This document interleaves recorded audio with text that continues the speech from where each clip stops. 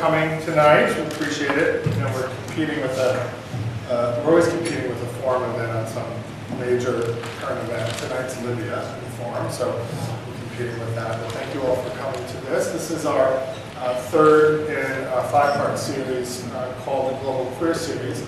My name is Tim McCarthy, and I'm the director of the Human Rights and Social Movements program at the Carr-Ryan Center for Human Rights Policy. And we started this series this year as a way to do two things. One is to raise the visibility of LGBTQ issues more generally, and to give more visibility to these issues with respect to policy and politics here at the Kennedy School and hopefully throughout the broader world. And we also wanted to relate these issues more directly and more strongly to the larger kind of debate about human rights and what human rights is, to expand our conversation about human rights through an LGBTQ lens. And so that was the impetus for the series. My co-convener in this series is Dr. Ian Leakis, who is my colleague here at Harvard, and is a specialist on social movements and HIV/AIDS, long struggle with respect to HIV/AIDS work globally, and as a historian by training, as am I. And today we have as our special guest to talk about LGBTQ human rights in Mexico and Latin America, Dr. Carlos Savedra, who is an incredibly prominent activist in LGBTQ issues and HIV/AIDS issues in Mexico, Latin America, and globally. This is at least your second time that I know of speaking at a conference that I've been part of. He was here several years ago for the 25th anniversary celebration of the Harvard Gay Lesbian Caucus, and so he and Ian actually were on a panel together then, and we loved having him here then, so we invited him back for this series. He's back in Mexico now after a stint in Amsterdam, and is now, after 3 days being in Mexico, 2 days being back in Mexico, he is here in Cambridge with us. And he is, as all of us are, a little bit under the weather, so we will try to project through our coughs and our sore throats and so forth. Let me introduce you to Dr. Savedra a bit more formally. He is the Chief of Global Affairs for AIDS Healthcare Foundation. He's the first openly gay and openly HIV-positive person to ever have a high-level government position in a developing country. Dr. Savedra was head of the National AIDS Program in Mexico from 2003 to 2009. And in recent years, he's been one of the leading promoters of the Same-Sex Marriage Act in Mexico City, a successful initiative that made Mexico City the first place in Latin America to allow gay marriage. He was married to his partner, Gabriel, on World AIDS Day on December 1st, 2010, inside the first HIV clinic in Mexico City, where he was the founding director 10 years before. During his time in charge of the National AIDS Program in Mexico, he worked closely with Dr. Julio Frank, current dean of the Harvard School of Public Health and former Secretary of Health in Mexico, to assure universal coverage of antiretroviral treatment for people living with AIDS. He also helped to build 53 HIV outpatient clinics all over the country. He also started the first ever anti-stigma, anti-discrimination, and anti-homophobia TV campaign, as well as the first openly government-endorsed condom promotion and distribution initiatives in Mexico. Dr. Savedra earned his MD from the National University of Mexico and has 2 master's degrees, one in public health and the other in health policy and management from Harvard University. And he has been living with HIV since 1985. So, Jorge, it's really wonderful to have you back here with us. Thank you. Let me just begin by asking you to place some of the activism and some of the work. You've obviously been an activist working in grassroots campaigns, and you've also been someone who has had policy positions and has been very much within the structures of government and political policy making in Mexico and elsewhere. And if you could sort of put your work in Mexico, all of that work, in the context of the sort of larger Latin American context with respect to LGBT work. Is Mexico a kind of outlier? Is it a path breaker or trailblazer? Is it just one of many countries that is at a certain point in the struggle for LGBT equality? So place Mexico in a larger context for us. Okay, thank you. Well, thank you very much for being here. Thank you very much for the invitation. So I have been frequently asked why is it that Latin America is a region very high Catholic and we have been getting many advances in LGBT rights lately. So what I can say, the way I see it, is not just about Mexico, it's also about Latin America. Is Catholicism in Latin America is very different probably from here, because there is not like it used to be. It is kind of a culture, kind of rituals, celebrations, holidays, and things like that, but it's not exactly very influential in political issues, at least not in Brazil, not in Argentina, not in Mexico. In fact, in Mexico, and probably many people don't know that, is that we have the reform laws in 1857, and it was a very strict separation between church and state. So until recently, Catholic priests were not entitled to vote, not even to be elected. Churches were not entitled to have properties. The temples were owned by the government, and the church will only manage them. So, by constitution, it's a complete separation of church and state in the case of Mexico, but in the cases of the other two main countries in Latin America, Brazil and Argentina, church positions have been losing a lot of their influence that they used to have in the past. So I think that helps. That helps a lot. So I don't think Mexico is an outlier, but yes, sometimes it's leading on some issues, and sometimes it's Brazil the one leading. In fact, there's always thinking that there is a competition on who's doing better, and yeah, usually Brazil goes first. And in fact, the first anti-homophobia campaign, it was in Brazil. We copied their anti-homophobia campaign. Probably we were more successful in making more scandal, and everybody knew about our anti-homophobia campaign, and that's why this one was even better known, even here in the United States. But probably some other smaller countries, they have not been advancing that much. They still have, by constitution, the influence of the religion. But I think little by little they have been really getting rid. But in Mexico, paradoxically, the greatest advances on LGBT rights have been given since the Conservative Party took power in year 2000. So that this means in the last 11 years is when we have had more advances in LGBT rights. The Conservative Party, the PAN, is more or less the Republican Party here. But it was strange. But since in year 2000, when Vicente Fox was elected President of the Republic, it has been little over 10 years since then. And then in Mexico there is no re-election allowed. Then President Calderon won, and he's from the same party. So why is this happening?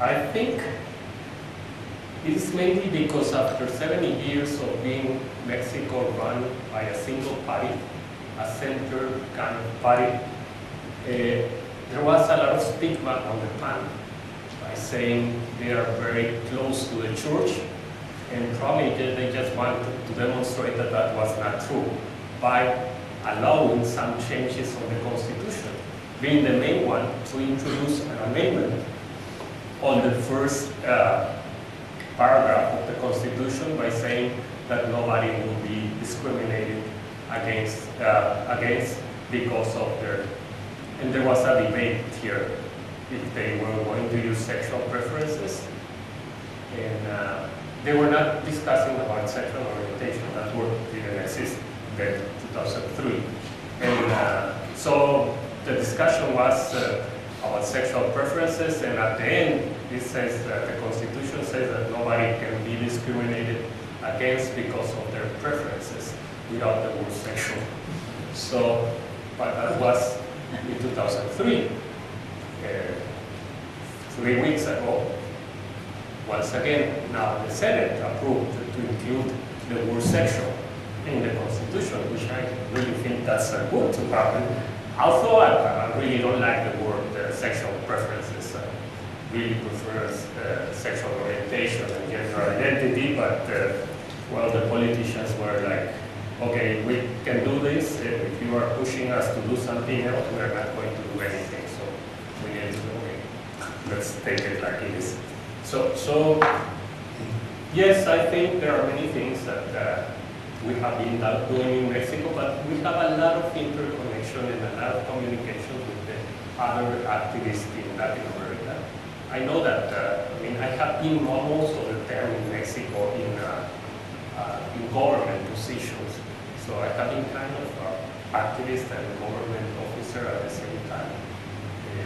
When I came out as an HIV positive person back in 1997 in a TV program, then I was told that it was going to be the end of my professional career. And then later on, I came out as a gay person and as someone married to another man. And then when people told me, oh, this is the end of your professional career at the government, and it never happened. On the contrary, they begged me to stay.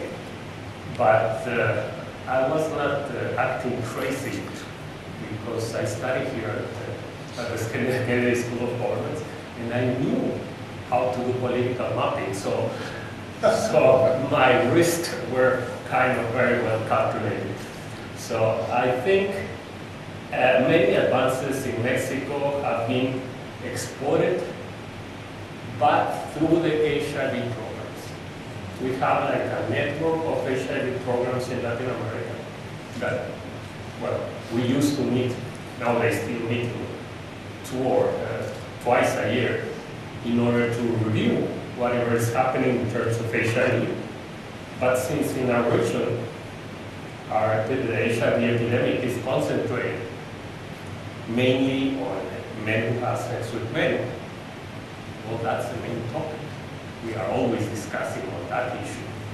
But it's also something strange that during the 80s and 90s, most of the gay activists in Mexico, and also in many other Latin American countries, they were pushing so not to link gay people with HIV, not to mix it, not to get out of that stigma. And they were so successful that by the end of the 90s, when we review how the investments were made in terms of HIV prevention, they were all made in women, children, minors, adolescents, whatever, except for gay men.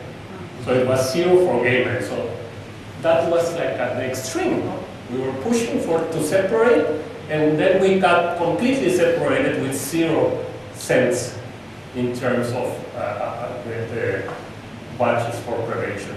So that was counterproductive in terms of the ways to address it and to eliminate this stigma associated with gay men. And but the truth is that, at least in Mexico, the HIV prevalence rate, and it's more or less the same in Latin America, for the general population is 0.3. But for gay men, it's 15%. So that means a huge difference. And it's also even if it's more extreme in the case of Argentina. So I think many of the drivers of getting advances in terms of LGBT rights were pushed by HIV activists. That's the way I Sure. And that was actually one of my questions, was to sort of think about exactly, when we look at the United States, we see how, in fact, the HIV epidemic has transformed LGBT activism, and we're just beginning to think, as historians, about how does the activism of the 80s influence what's happened with the rise of marriage politics, for example. One of the things that, looking at this, so you've started to answer that, I'm also curious to think about how does Mexico fit into the campaigns for coming from the global south for increased access to retrovirals. Brazil in particular, you talked a moment ago about the rivalry. Brazil is one of the most noteworthy leaders in that campaign. how do the politics of access to drugs play out in Mexico? You know, either looking from the position of grassroots activists and from the state. Yeah, well, there is one main difference between Brazil and Mexico in terms of access to antiretrovirals, because Brazil is, they have their own production of antiretrovirals. They don't have a free trade agreement with the United States, and they can pay very cheap prices for these medications. In the case of Mexico, that's impossible. The prices we pay for the medications are extremely high. Of course, they are not the same as the United States, but they are not comparable. If you take into account the GDP per capita in Mexico, the GDP per capita here in the United States, and then the GDP per capita in Brazil, there is no comparison. So Mexico, 3 years ago, was spending just in antiretrovirals $300 million per year, which is the amount that 10 years ago the whole developing world was investing on HIV/AIDS. So, and that's only because of the high prices of antiretrovirals. So this means that in the case of Mexico is very limited in terms of resources available to do some other things because they are paying for these antiretrovirals with very high prices. That's not the case of Brazil. So Brazil has been leading many of the issues on access to antiretrovirals, and mainly because their policies are not attached to patent controls to an agreement.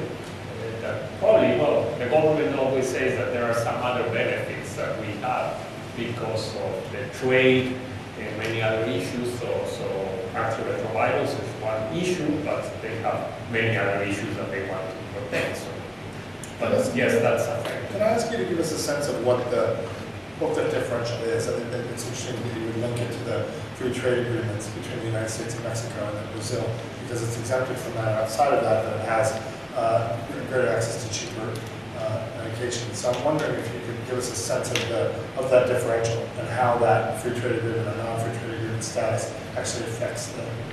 Okay. How much cheaper is it? Yeah. So Brazil, on average, is paying $1,200 per patient per year on antiretrovirals, and in the case of Mexico, 300. I mean, it's 3,000. Wow. So that's a big difference. In the case of many of the African countries, they only pay like $200 or $300 per patient per year. So those that have access to generics, but in Mexico we cannot have access to those generics because of these free trade agreements. So we are excluded from those benefits. So it's a huge difference.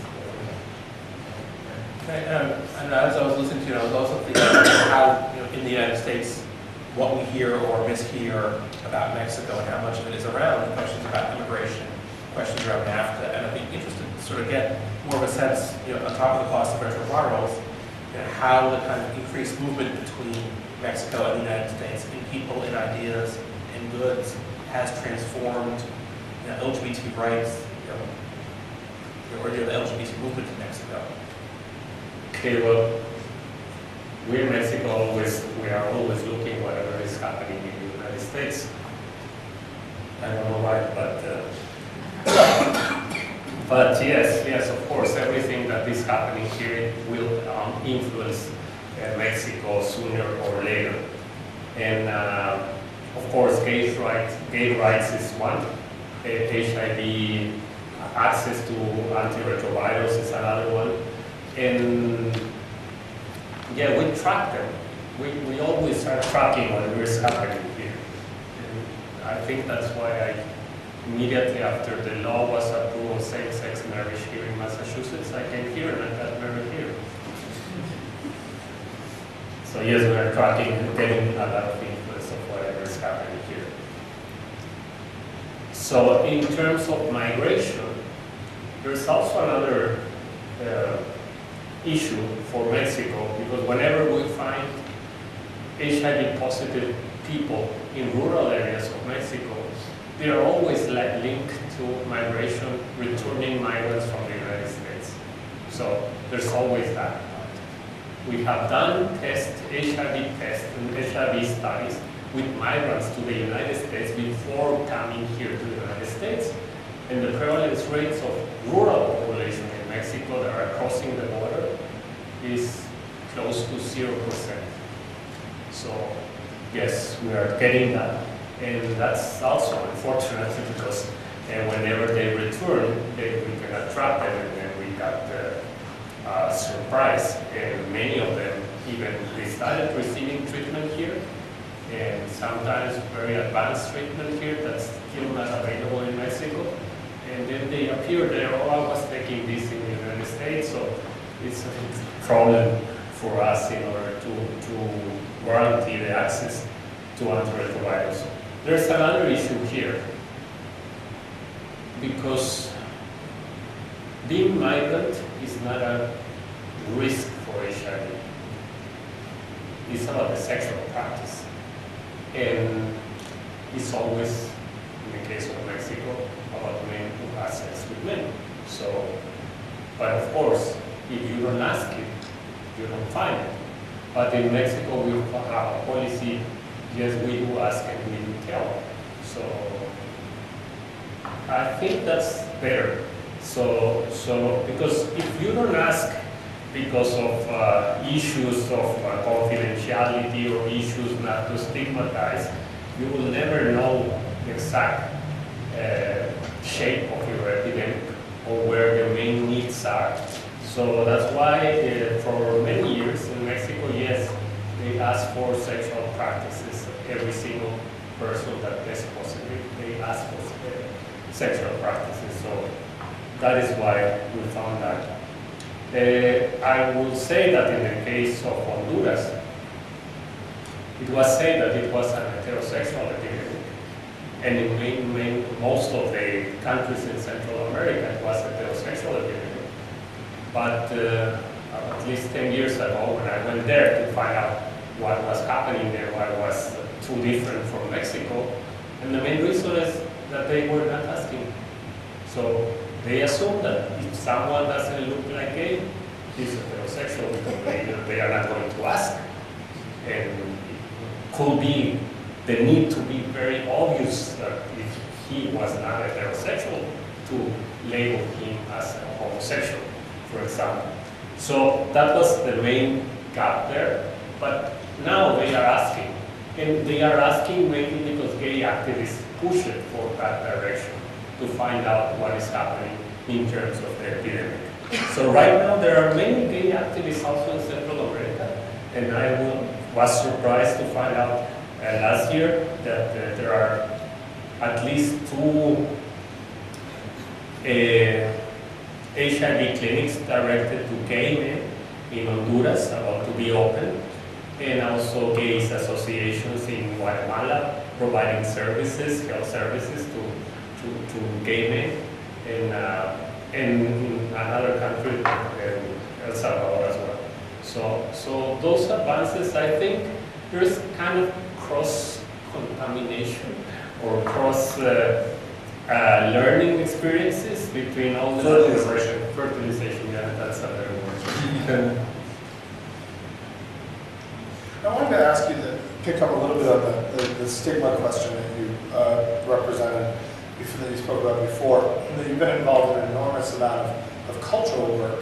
Obviously, you've been involved in political work and policymaking and also grassroots activism and organizing, but you've also been involved in trying to marshal media contexts and media mechanisms for the eradication, challenging eradication of stigma.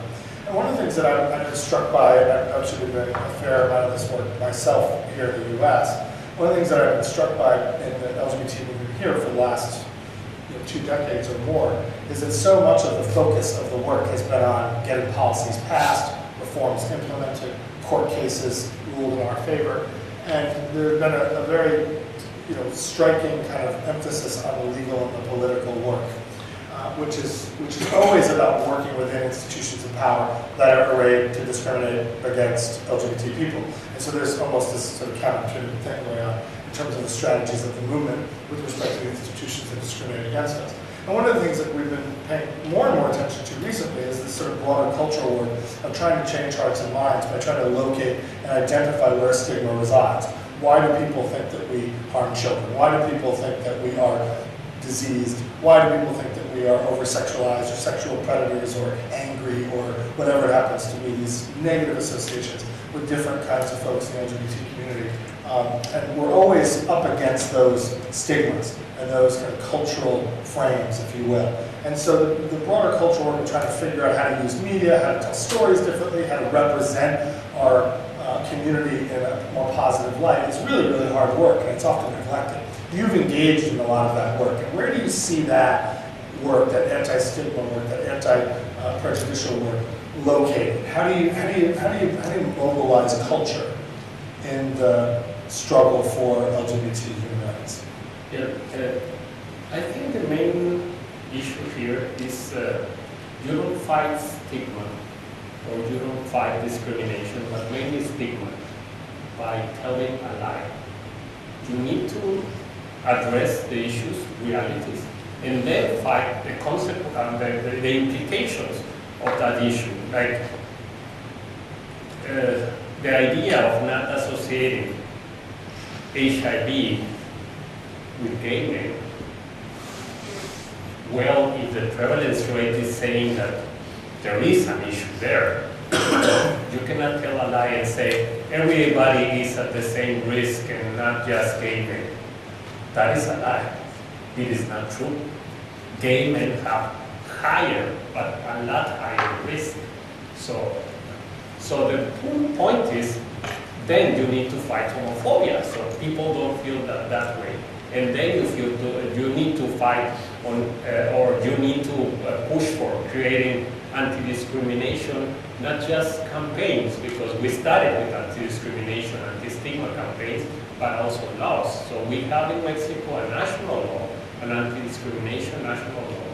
So that includes HIV, and that one includes sexual orientation as well.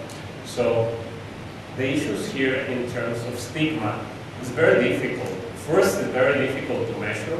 It's very difficult to diminish. It's very difficult to combat because there is on the minds of everybody. So we have done what the Mexican government has been doing, because they continue doing it even when I was not there.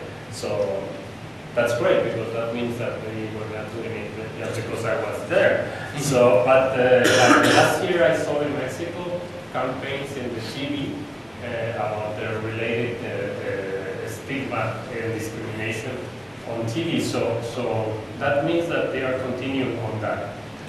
But changing attitudes and changing false perceptions, well, that's extremely difficult. But anyway, it's better to have laws that even knowing that the society won't change from just because we have new laws, and knowing that in Mexico and many Latin American countries, having a law that doesn't mean automatically that everybody will respect that law.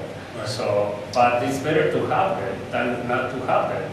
And just yesterday I read a CNN report on Mexico saying that since the same-sex marriage in Mexico was approved, the discrimination complaints have risen dramatically. Yeah.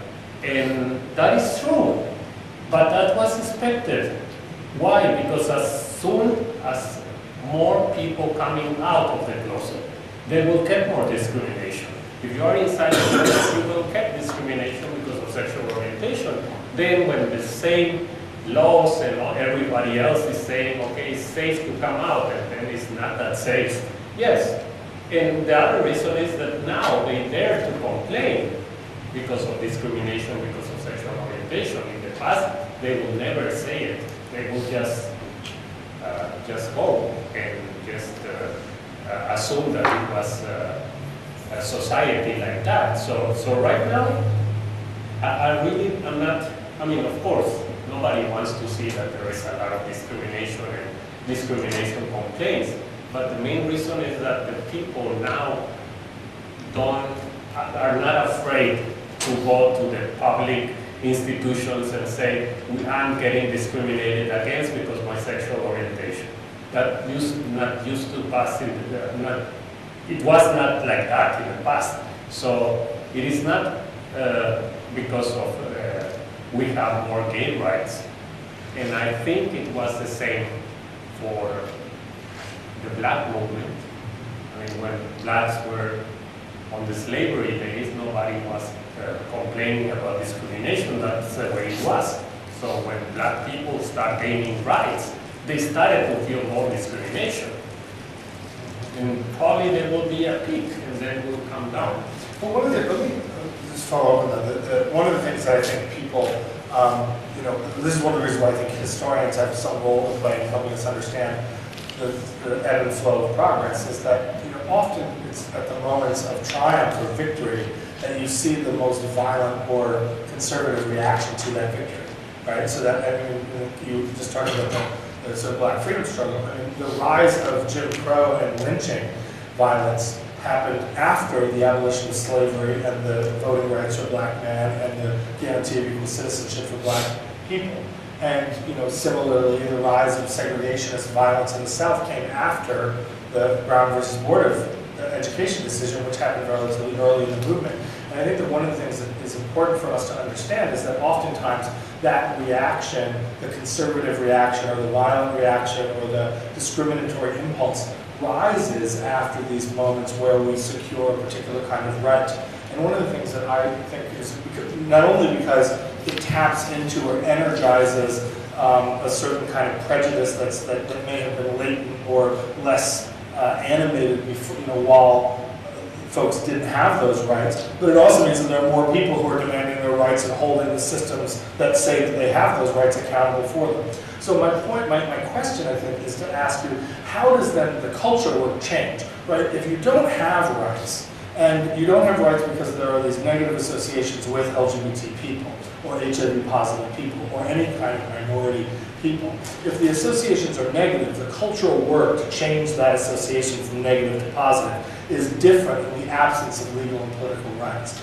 But what happens if you now have those legal and political rights, or you've gotten some of those legal and political rights, and then this kind of latent negative association in the culture rears its ugly head in a way that would create new impulses to discriminate against the people who just want their rights? How does that cultural work change at the moment of victory?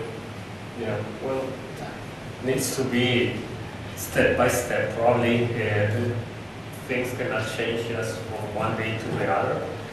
What I have also need to recognize to the Mexican government, like last year, they got into an agreement with Televisa, which is the main TV network in Mexico, and they launched 2 telenovelas, soap operas, very popular in Mexico, and they were addressing gay rights and also HIV issues in a very positive way.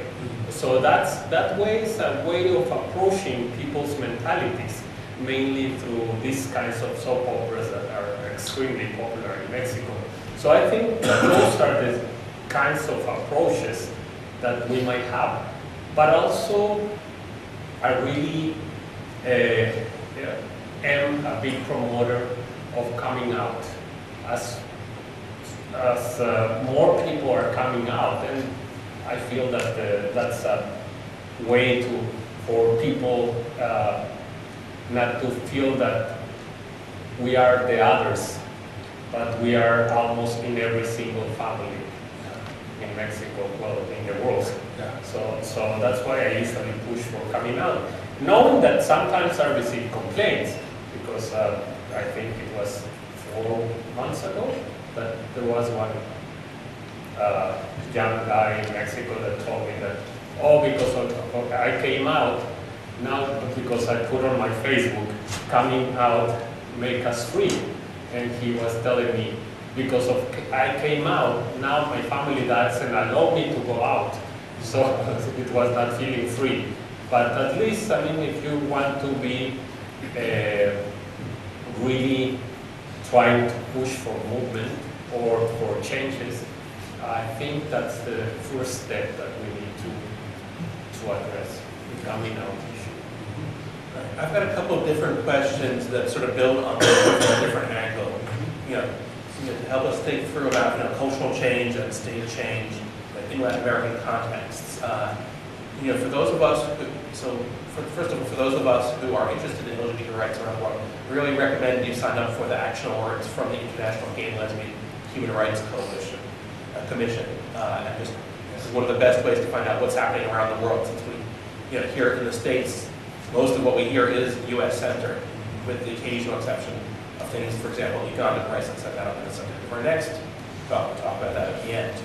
But for those of us who are watching what's happening in Latin America, one of the things we hear about a whole lot are the extrajudicial killings across Central and South America, especially Brazil gets a lot of attention, Peru, Guatemala, Honduras, elsewhere. This is not something I've ever heard associated with Mexico. Is that the failure of the reporting, or is that something else is different, that it's not happening in Mexico? No, it is happening. It is happening. And probably not at the same degree than Brazil, but yes, it is happening too. So, but what I can say is that there are two countries that are tracking those kinds of murders, and it's one is Brazil and the other one is Mexico. So yes, there's always that part, and what I can say is that that's quite a challenge mainly for transgenders, and well, they are more difficult to be closened. I mean, in terms of not coming out if they dress, so that reaction, unfortunately, is still there. So yeah. We're not, I'm not saying that everything is perfect in Mexico. No, we have those kinds of challenges still. But the other thing is that it's happening all over the world, but the rest of the world, they don't care about it. So the countries that they track these ones, they have been highlighted. So if someone, a transgender, being killed in some other country, they will secretly don't say it and won't be able to register that. So I think, because I went to Uganda 2 years ago, and I have some gay friends there, and I went to speak with the head of the National HIV program there, and he was trying to tell me that there is a big difference between Uganda and Mexico. Dr. Savedra, don't think that the culture here is like in Mexico. We don't have those kinds of gay issues here in Uganda. But just the previous night I had met with a lot of the gay activists there, and they were just expecting the same things that the Mexicans expect. So it means respect, to have access to programs, to have access to condoms, to have access to lubricants, and many of the same issues that we are dealing in Mexico with, they were also dealing, not dealing, expecting, but of course, the repressive government of Uganda is not compared to the Mexican government. That's a huge difference. But it's not about society. It is about the governments and the religion. And the big influence that the religion has in Uganda is nothing compared to Mexico. That's for sure. Great. And one of the things I was thinking about in terms of LGBT rights throughout Latin America is Mexico is to some degree an important anomaly insofar as most of Latin America experienced years and decades of military rule through the mid and late 20th century. Now most, if not all, of Latin America is civilian rule. Mexico had its 70 years of one-party rule for the institutional revolutionary party, but it never had that same kind of military rule. To what degree does that make Mexico, the experience of the LGBTs in Mexico different, or is that not necessarily so important? During many years, there were not many advances on LGBT rights in Mexico, even knowing that we were not ruled by military, never, before, at the beginning of last century, yes. But I don't think that had much influence because Argentina and Brazil, they were under military rule, and they have now more or less similar positions in terms of LGBT rights in Mexico. So I think that's not exactly a way of addressing these issues. One issue that is important in the case of Latin America is whatever is happening in one country in Latin America, in another country they try to copy in terms if there is a balance. So yes, there is a lot of cross-fertilization. Yeah, I wanted to talk a little bit about the church, about religion. I'm a recovering Catholic. And you mentioned, I was struck by your characterization of Catholicism in Mexico as being something that was more broadly cultural, sort of public rites, rituals, and celebrations and so forth, but not the same kind of authoritarian sort of relationship to sexuality, sexual orientation, condoms, etc., that you see in other parts of the world, in other parts of Latin America, the United States, and other parts of the world, increasingly in Africa, where the Catholic Church has an increasing stronghold. And I'm wondering if you could talk a little bit about what that difference is, what those differences are in the kind of in real time. How do you see, is the church kind of absent? Has it waned in its influence over the years? Are there vestiges of kind of church teachings? Because at the end of the day, the Catholic Church is still a very, very powerful institution and has a very, very clear set of positions with respect to the policing of homosexuality and sexuality and sex and so forth. And I'm wondering if you can talk a little bit about why Mexico may seem to kind of escape that hold and why other places have not. Talk a little bit about that, because the church is so powerful in the way that it shapes stigma, right? In the way that it scapegoats, or particularly with respect to this kind of global church abuse scandal. The priest abuse scandal was explained away in some ways by the sort of leaders of the Catholic Church, particularly the Vatican, who explained it as a pedophilia problem, right? What we need to do to fix this crisis is to get rid of gay priests, not to solve the problem of pedophilia, which of course is a different thing. And so I'm wondering if you could talk a little bit about how Mexico seems to escape from a little bit the churches. No, well, we actually don't escape. The only thing is that in the case of Mexico, yes, they influence a lot of the stigma. What they don't influence is on policies. Yes, but on the minds of the people and society, yes, they have a big influence. But I would say this, put it this way. I think it was 6 years ago that there was a Mexican movie, a Mexican-made movie, Crimen del Padre Amaro. And it was about a priest, a Catholic priest in Mexico. And then the Cardinal of Mexico City requested that movie to be forbidden. And this movie has been the most successful movie in the history of Mexico. So why is it that the influence of the Cardinal just played in the opposite direction than he was expecting? So that means in terms of some minds, yes, they are very reactive.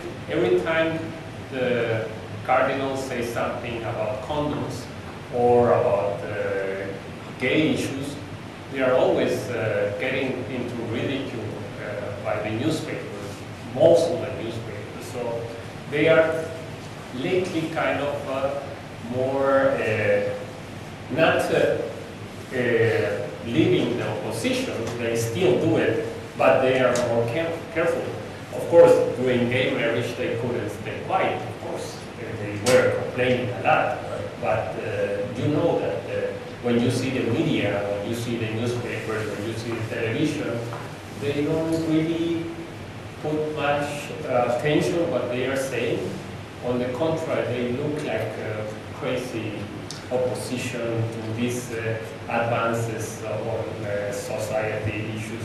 So, yes, but I think that in the case of Mexico, because of these laws of reform in the 19th century, which strictly separated church from state, that's something that didn't happen in the rest of Latin America. It was just about Mexico. Yeah, one second. I want to ask one more question. We'll get a little bit out. I wanted to ask a question about marriage because we can't ever have a conversation about LGBT issues and not talk about marriage. And I wanted to take this in a more personal direction, because you have gotten married to your partner and did so in a way that was both kind of historic in the sense of coming here to get married after the decision, but then also being married at the clinic that you helped to start and direct. And so that's there's a symbolic, performative aspect to that as well as a historic one. And someone who, for many years, when I was single, was very skeptical about why the movement was oriented around marriage or why this was a priority for the movement and how absurd it seemed that we were spending so much time and resources on this. But as someone who's now 2 months, actually 2 months to the day today, I'm getting married, 2 months from now, freaking out about it. My feelings have changed, right? My politics, which were theoretical, have changed because I now have this situation where I see how straight friends of mine relate to my partner and me in ways that are very different. We get all sorts of unsolicited advice about registries and all these other silly consumer things. But there is something about it that is more than symbolic, I think, even though I still think that the amount of resources are disproportionate to resources that can be spent in broader work. But I wonder if you could talk a little bit about marriage, why it's important, why it seems to create such a strong, kind of vector force in the culture, both in terms of energizing people to come out in droves, to reject it, to speak against it, to raise money, mobilize resources to oppose it and prevent it from happening, and why it energizes such a sort of segment of the LGBT population as the most important thing, or something that is so powerfully symbolic that we can't move away from it. I really think that it's not about the right of getting married, but about the right of being equal. At least on this issue, I think is one of the most symbolic ones, the issue of marriage, but also to have that option, or to use it or not to use it. And I must confess that yes, probably I was the first Mexican man to get married to another Mexican man here in Massachusetts almost 7 years ago. But then, after gay marriage was approved in Mexico City, I became the first same-sex divorce ever to happen in Mexico. So then I got married again because I believe in marriage. So yes, I just got married last December inside of an HIV clinic, which is the clinic at Odessa. But he's my second husband. So yes, and I was in the newspaper because they were saying, first same-sex divorce in Mexico. So, well, that's nothing to be proud about it. But I received a lot of criticism and many sad faces, like they were expecting of me to be like a role model. And what my answer was to the one who was interviewing me for the newspaper was that, okay, I couldn't demonstrate that we were better than heterosexuals. I was not demonstrating that we were worse than heterosexuals. I was just demonstrating that we were equal. So they get married, they get divorced, so we win. Laura, we'll open up to Q&A now. Hi, thank you so much. If you can say who you are and project. So we get another camera. Okay. Well, the camera's not on. My name is Laura Esquivel. I'm a mid-career student here at the Kennedy School. I'm also a longtime LGBT activist, primarily in this country. So I wanted to push back a little bit on the conventional wisdom about Catholics and Catholicism, because I think that has really harmed the Latino community in having LGBT organizations assume that Catholics aren't winnable, that Latinos aren't winnable, and so not investing any resources in doing outreach, which is tend to bite the movement in the butt. Yeah. So my sense about this, being a lesbian, and a Latina, was that just, it wasn't so, it didn't hold. I mean, yes, there are, of course, people are homophobic, but for Latinos, family comes first. And Latinos are less likely to kick their kids out. I came out when I was 14, and my parents and my grandparents and my mom introduced me at a Mormon church. But my feelings aside, I couldn't convince people of this, right? So we started doing polling on Latinos, and found that Latinos are very low-hanging fruit on this issue, right? You need the right messages and you need the right messengers. And so a former colleague of mine just released a poll this week, on the attitude of Catholics towards LGBT issues. And Catholics are more accepting than any of the other religions. And part of the reason for that is that Catholics don't have a problem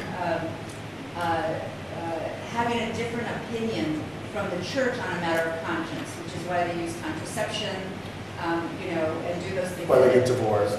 Right, get divorced. And what I've seen in the polling that I've looked at is that the biggest correlation of religion and homophobia is found in church attendance. Yeah, that's right. Right, and lots of Catholics don't go to church. Yeah, I mean, I guess what my question and I agree, I mean, I came from a working class Irish Italian family, which is all about family too. It's all about family. It's an interesting family, but it's all about family too. And they're unlikely to kick folks out. In fact, a lot of my cousins are gay uncles who were cousins who live at home with their moms, right? And the moms love them and go shopping with them and do all sorts of things with them. But they know, and there it is.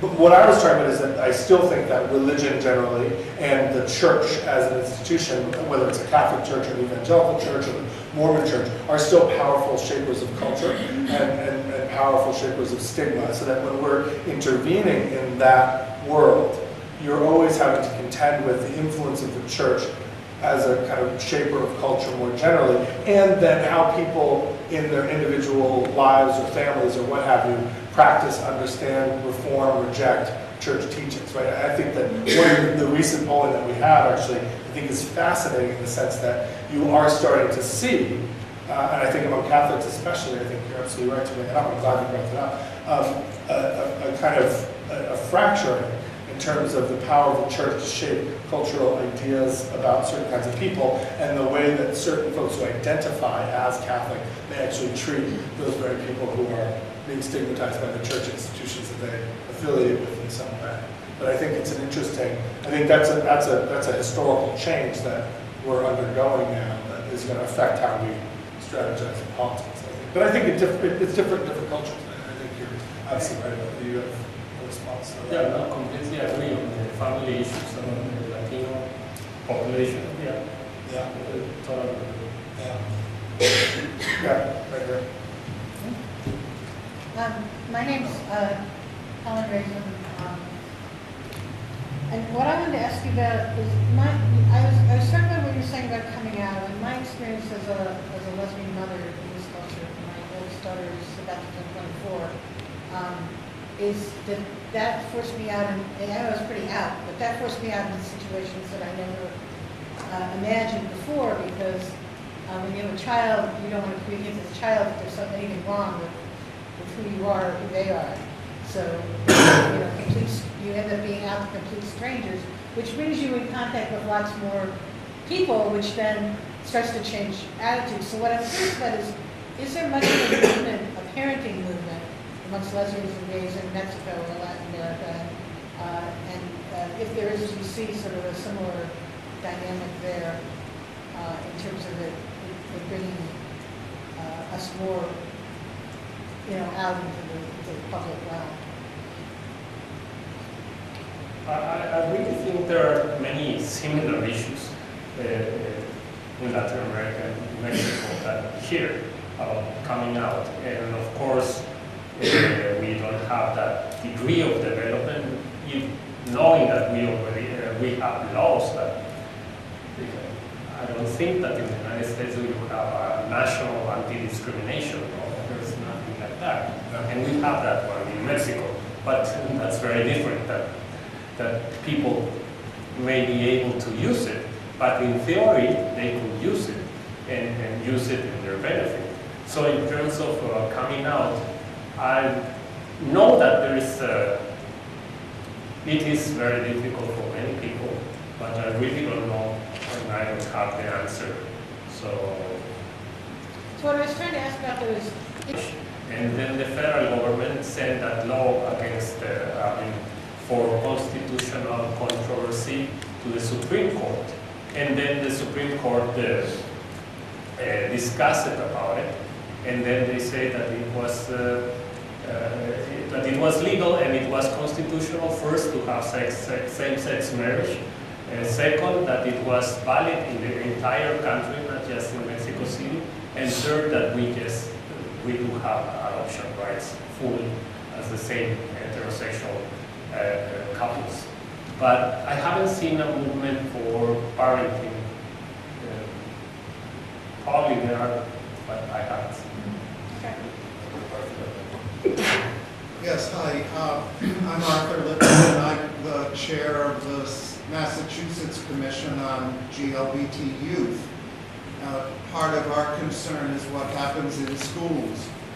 And I'm wondering about the Mexican education system, both pre-college and post-college, whether there is any movement to include GLBT student rights in public schools. And I don't know because in some parts of Latin America and Europe, the churches still have a lot to do with at least lower level education, if not university education.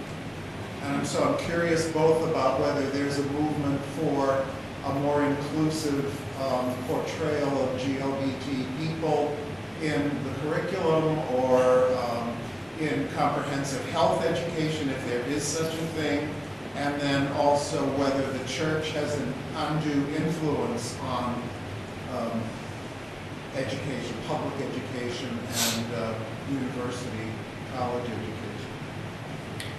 Yes, there is a movement. There are several activists trying to influence on that direction, and many of them, they were successful in not exactly on including GLBT issues, but 3 years ago, there was a signing by ministers of health and education of Latin America of a declaration in Mexico during the International Disc Conference, and they all signed it and agreed to sexual education in schools, addressing discrimination and homophobia issues. Of course, signing a declaration doesn't mean that automatically it will happen, but they did sign, even including Caribbean countries, which are even more difficult than Latin American countries. And in fact, in Latin America, the last country that had anti-sodomy law was Panama, and it was dropped 3 years ago. So right now, Latin America is probably the only region of the developing world that doesn't have anti-sodomy laws. But when I say Latin America, I'm excluding the Caribbean. That means a completely different culture, with different religion, with different points of view, with different laws, and with different language, actually. So yeah, that's why I agree with Laura in terms of this Latin kind of culture, yes, influenced by the Catholic Church. Well, anyway, I'm glad that, obviously, thank God, I'm atheist. Thank God. Yeah. Hi, I just wanted to ask a question. The conversation went on, we discussed HIV and homosexuality, but I think it's really interesting when we pair the two conversationally, because what it does is make sexuality sex, but what it also does is excludes women from the conversation because of the very, very low levels of transmission. UNAIDS, for instance, have got a lot of criticism in working in Latin America for using the idea of HIV as a gateway into being able to explore the broader issues toward perception of homosexuality. I was wondering if you could just take a few minutes to explain to us the differences between the experiences of gay men and those that aren't men within your own country. Yeah. Well, Yes, around 20% of HIV cases in Mexico are among women. And at least there were 2 studies done in Mexico. And the last one was not published. But they were in-depth interviews with the male partners of these HIV positive women. And they were also HIV positive men. And all of them have had sex with another. So this means that the main mode of transmission is still the same, even knowing that at the end, well, there is, in these cases, there was a woman. So the link between men who have sex with men and the transmission to women in Mexico and in Latin America is there. I mean, women are being affected, but then when you speak with many of these HIV positive women, as I have done it in many occasions in Mexico, of course, they have suffered when they got discovered that they were HIV positive, but they were also suffering because it was until then that they really discovered that their husband or their male partner was having sex with another man as well. So sometimes that part is even more difficult for them to just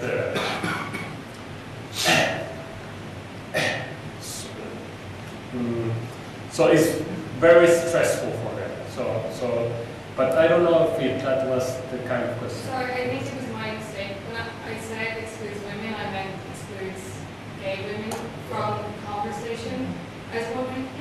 I mean, Latin America is described as being a patriarchal society. I think it's a bit unfair. I don't know where it's not, but could you maybe tell us a bit more about, from your experience, if you have any lesbian friends, how female sexuality and female homosexuality can be experienced? Well, but not related to HIV. No, I think that was, sorry, a long-winded introduction is my question. Oh, okay. Yeah. Yeah. So well, I don't know. I don't have that much information in terms of. What I can tell you is that every time there are advances on LGBT rights, many of the activists, they are lesbian activists, and they are, well, the first couple that got married in Mexico City last year. Some of them, they were women, but no, I don't have the right answer for your question. Are there different, one of the things that strikes me is that we had several panels here. One of the first panel we had was 2 Palestinian lesbian feminist activists who were talking about the different sort of challenges of coalition building within the LGBT movement in Palestine, and different organizations that were lesbian organizations and gay organizations that were predominantly gay men who were leading them, and the sort of challenges of that activism and how that activism can come together for a larger kind of purpose, or whether or not there are different pieces of the movement that operate in relatively separate from one another. And I'm wondering if you could give us a little bit about the kind of landscape of the LGBT movement as it exists in Mexico, and are there separate organizations for lesbians, separate organizations for gay men, when they work together, what kinds of issues are being, you're talking about how lesbians are the vanguard of much of the sort of activism that has led to LGBT rights. I think that the same is very much true in this country, despite the fact that a lot of the literature that gets written and published emphasizes the role of gay men at the vanguard of these movements, when in fact it's actually been women who have been really at the forefront of this. So I'm wondering if that's a similar thing is happening in Mexico, how you might complicate a narrative of the movement that centers around gay men and HIV/AIDS and now marriage, with taking into consideration the sort of diversity of activists that you see doing this work. Well, I think that because of my experience as being related with HIV, and probably that's why from the HIV arena, it has been mainly gay men. But in terms of advances on LGBT rights, yes, have been gay men and lesbian women, of course. both. But I have never seen, well, not that doesn't exist, they do exist groups of lesbian women and also movements, but I have never seen a demonstration of lesbians, only lesbians, until last week in Mexico City. It was a lesbian-only demonstration in Mexico City, so it was quite unique because this was the first time. And they were saying, we are not gay, we are lesbian. So that was something. What were they protesting for? Yeah, but because about the rights as well. But they wanted to show up that they were only women. I just want to correct the historical record. I marched in the first Marcha Lesbica in Mexico City in 2003. And there was about 50,000 women, and we marched into the Zócalo, and the Zócalo was filled with women. There are lesbian separatist organizations in Mexico. La Red is one of the biggest ones in Mexico City.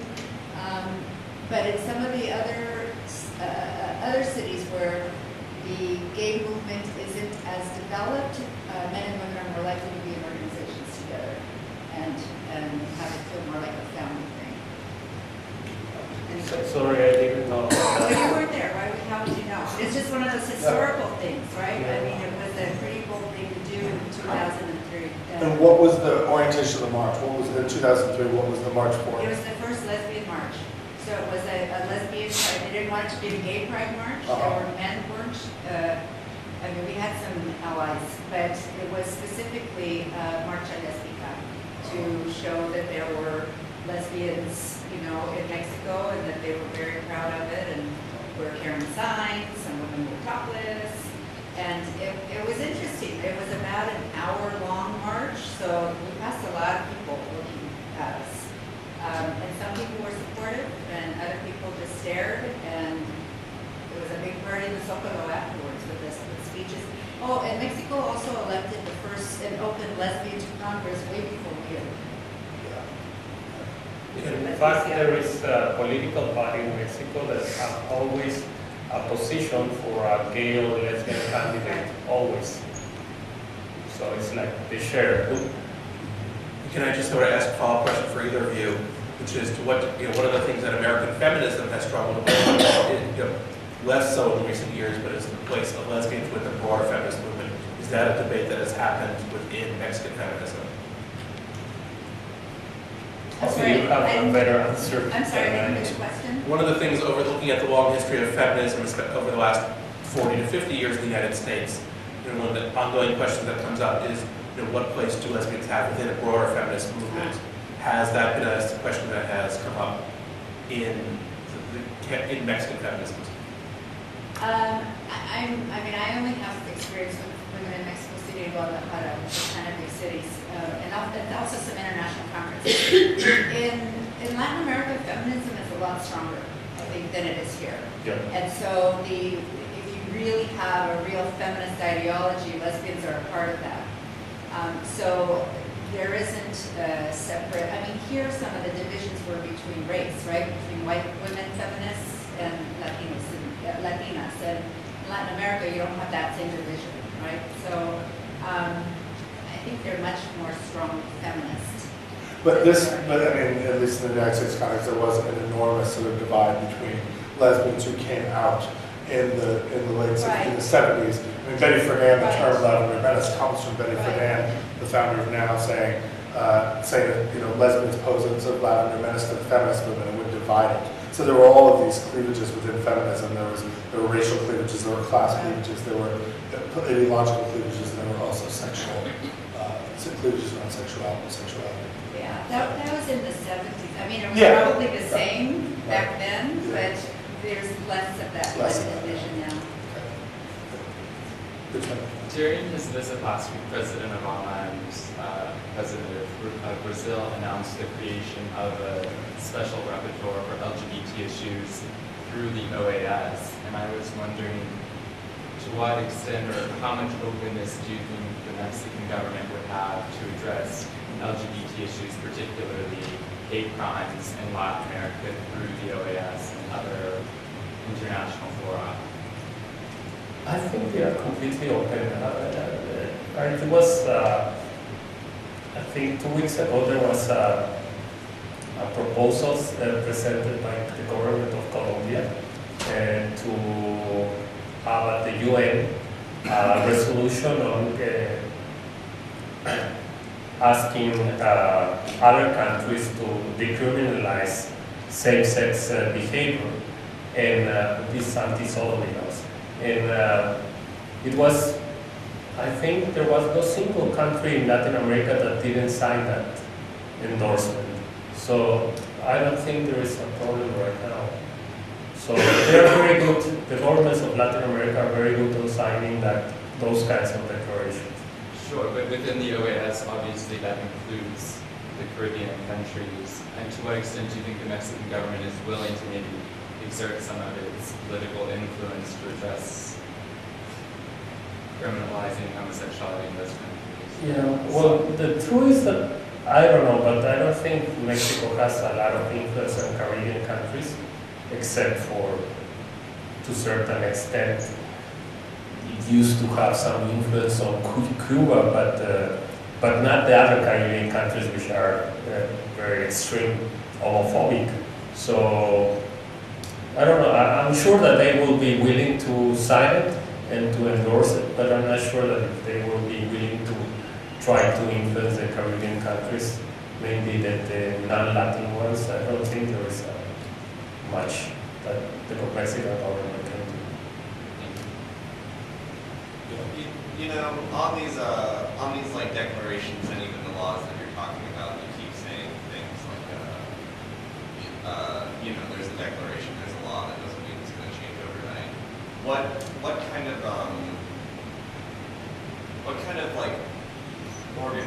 organizing in civil society? What kind of groups in civil society are working with these laws to get them to transform society, or are there groups that are just like, is it just two separate kinds of fields that work like, you know, apart from each other?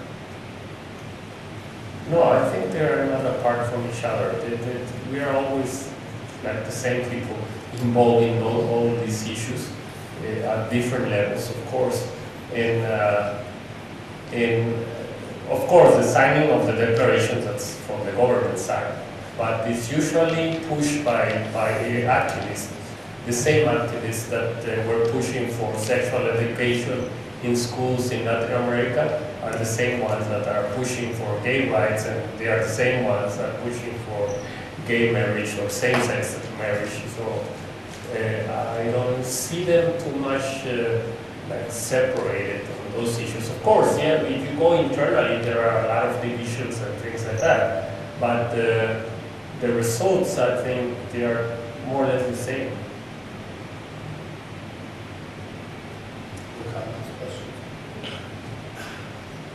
Is that a question, sorry? No, just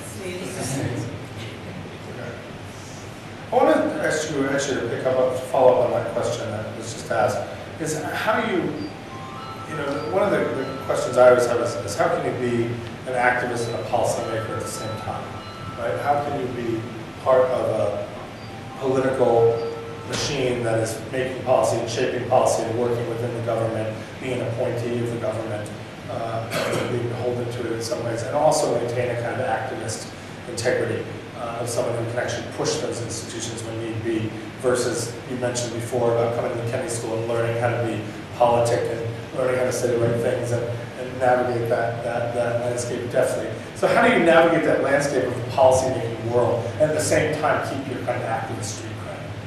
I mean, have you been able to do that? Has it been compromised? Is it something that you struggle with, or don't you care about it anymore because the policy-making worlds, the activist worlds have become more aligned over time and the tension is less? Well, I think it's a kind of personal issue, probably. Is that when you are not afraid, and well, probably I was very encouraged by a partner I had in the 1990s, and but he was HIV positive, and he was HIV positive activist, and he was an AIDS activist, and he was very open. So that was kind of encouraging for me. But at the same time, I think if you don't have fears and knowing that calculating the fears, not calculating the fears, calculating the risk that you have whenever you are open. Because I was perceived as an activist, but I was not feeling like an activist. I was just feeling that I was doing the right things. So sometimes the right things are perceived that way, but I don't know exactly what's the prescription to do this.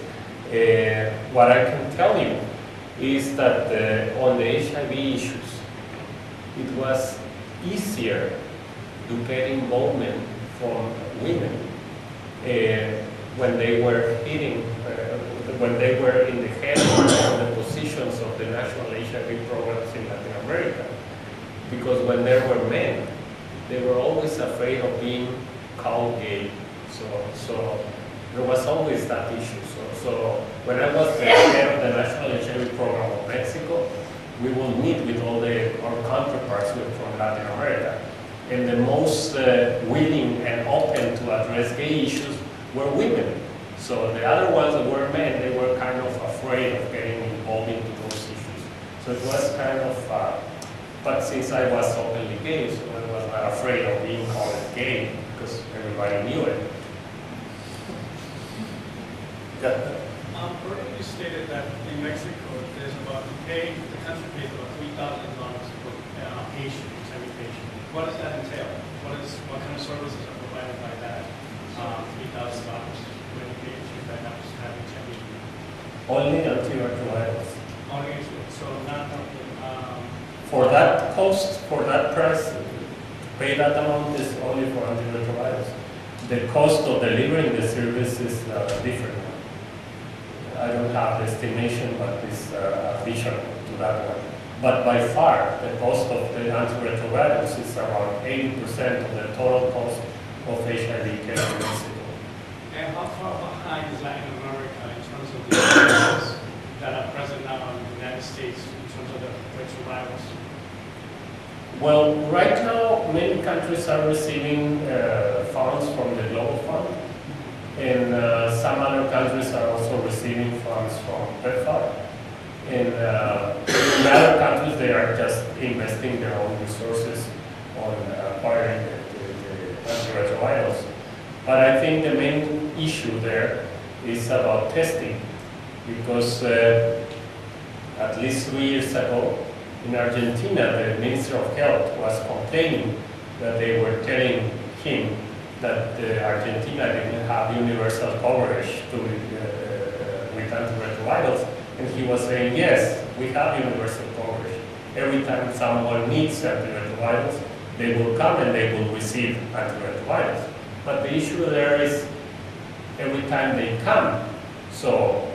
But if they don't come, they won't receive it. And if they don't come and they were never being tested, they were never tested. So that's a very difficult situation because most of the people that are not receiving antiretrovirals in Latin America is because they have never been tested. So the testing issue and increasing testing in Latin America is something that is really needed. Access to testing. Yes. Do you have a question? Is there a question somewhere? Okay. So you've already mentioned, there is marriage rights in Mexico. There's a national anti-discrimination law. Beyond that, then, what are current day Mexican LGBT activists working for specifically? Not on the HIV issue per se, but in the broader realm of LGBT rights, whether in the legal arena or in the cultural arena. Yeah, I think it's social security, access to social security, same-sex social security, because same-sex marriage was approved by the Mexico City government.